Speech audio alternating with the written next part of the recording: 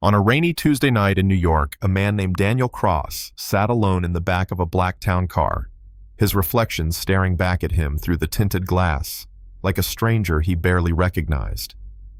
At 50, Daniel was a legend in business, his name carved into the skyline, his empire stretching from tech to real estate. He had everything: power, wealth, influence. Yet he'd never felt poorer. The night his wife died 3 years ago in a violent car crash had split his life in two, leaving him a widower and single father to a son who'd lost not just his mother, but his sight. Noah was only 7 when the world went dark for him, and no amount of therapy tutors or high-tech gadgets Daniel threw at the problem had brought the light back. Their penthouse felt more like a museum than a home full of glass and marble, but empty of warmth. That evening, Daniel had canceled a dinner meeting, something he almost never did. He found himself at Noah's bedroom door watching his son sit cross-legged on the bed with oversized headphones listening to an audiobook.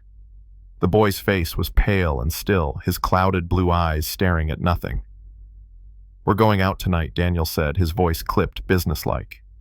Noah just nodded. No excitement, no curiosity, just a flat, "Okay, Dad." He took Noah downtown to a little Italian place his wife had adored, the Golden Finch. She always said it felt real, like a hug and a bowl of pasta. Daniel didn't know why he'd chosen it that night. Maybe penance, maybe nostalgia. The place was warm and bustling, smelling of garlic and baked bread. They slid into a corner booth. Daniel didn't even glance at the menu before ordering for both of them. He chose a filet mignon for himself and chicken parmesan for Noah. When the food came, the real ordeal began. Noah, stubborn and fiercely independent, insisted on feeding himself. Daniel scrolled through stock reports, half watching as Noah struggled to navigate the plate. A forkful of spaghetti slipped smearing sauce across his cheek. A piece of chicken tumbled onto the floor. Noah's shoulders hunched in embarrassment. "I'm not hungry," he muttered, pushing the plate away. "Just eat, Noah." "We don't have all night," Daniel said sharply, eyes still glued to his phone. Noah's head tilted down. His small hands clenched into fists. He didn't say a word, but Daniel didn't notice the tear that traced down his cheek. Someone else did. She was a waitress with auburn hair pulled into a messy ponytail, eyes tired but kind. Her name was Emily. She'd been on her feet for 12 hours covering for a sick coworker. But something about the boy in the corner booth made her stop mid-step. She saw the father, expensive suit, icy demeanor absorbed in his phone. She saw the boy's trembling shoulders. And before she could talk herself out of it, she grabbed a napkin, squared her shoulders, and walked over. "Hey there," she said softly, kneeling so she was eye level with Noah. Her voice was warm, playful. "That chicken giving you a hard time?" Noah flinched, expecting scolding, but her tone disarmed him. "It's fine," he mumbled. Emily leaned closer, conspiratorially. "I don't believe you. Looks like a real battle on this plate." Daniel's head snapped up, irritation flashing in his storm gray eyes. "If there's a problem, I'll handle it," he said coldly. Emily ignored him. "You mind if I describe the battlefield for you, General?" she whispered to Noah. The boy hesitated, then gave a tiny nod. Emily smiled. "Okay. At 12 o'clock sharp, we've got your main target, crispy chicken melted mozzarella armor. From 3 to 7, a mountain of spaghetti tangled in Grandma's top-secret sauce. 9 o'clock. A parsley sprig, just decoration, that guy's not important." She tapped the plate gently so Noah could map it in his mind. A small smile curved Noah's lips. "Can I start with the chicken?" he whispered. "Excellent strategy." Emily grinned, placing the fork in his hand. "Now hold him steady and attack." Within minutes, Noah was eating confidently, laughing when Emily joked about vanquishing the parmesan. Daniel sat frozen, phone forgotten. Watching this stranger do what specialists and expensive tutors had never accomplished, she gave his son dignity. She didn't pity him or coddle him, she empowered him. When Noah finished, Emily wiped a small smear of sauce from his chin. "Victory is yours, General," she said with a smile that lit up her tired face. Noah turned his head toward his father, voice clearer than Daniel had heard in months. "Dad." Her name's Emily. Daniel looked at her properly for the first time. She wasn't glamorous. Her apron was stained, her cuffs frayed, but her eyes held something he'd forgotten existed: kindness. He reached for his wallet, pulled out a thick wad of cash. "For your trouble." Emily pushed his hand away gently. "Not necessary, sir," seeing him smile. "That's tip enough." She gave Noah a wink. "Good dining with you, General," and she disappeared into the kitchen. Daniel sat there stunned, clutching the bills like a fool. 2 days later, a folder landed on his mahogany desk, courtesy of Marcus, his head of security and former MI6 operative. Inside were details of Emily's life, dropped out of art school to care for a dying mother, drowning in medical debt, living in a cramped Brooklyn apartment, working double shifts, while secretly paying her younger brother's tuition. She had nothing yet. She'd knelt on a dirty restaurant floor to help a stranger's child. Daniel read her blog entry from 2 years ago. "Family has to be the masterpiece. I can paint later." Something in him cracked. The next night, Daniel and Noah returned to the Golden Finch. This time there was no food on the table. "Ms. Ellis," Daniel said, gesturing for Emily to sit, "I'd like to discuss a proposal." Emily's eyes widened.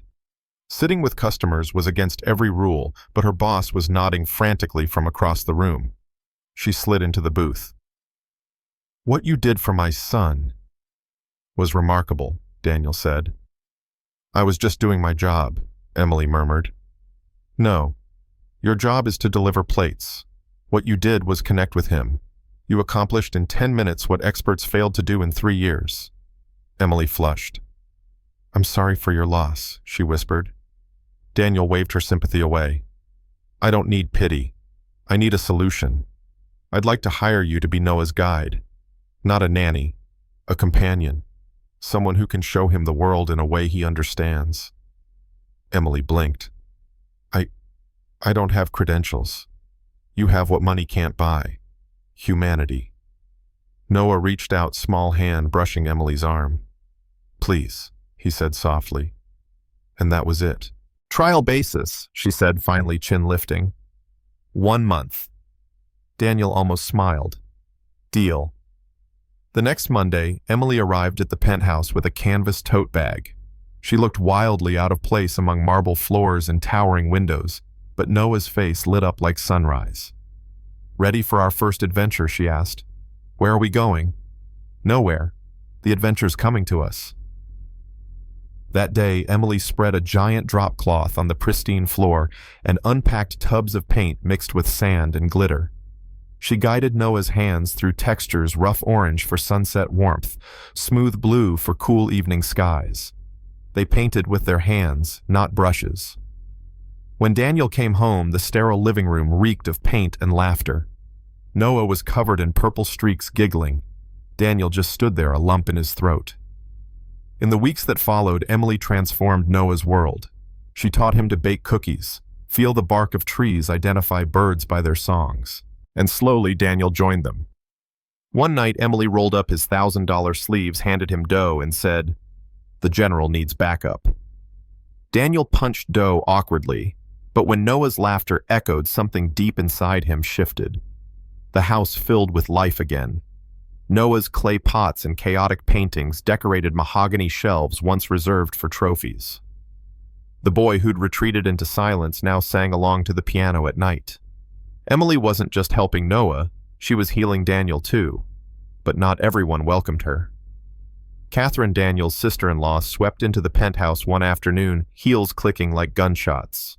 She eyed Emily with disdain. Arthur failed to mention he'd hired new staff, she said coolly. Emily smiled politely, but Catherine's eyes glimmered with malice. In her mind, this waitress was a threat, a gold digger.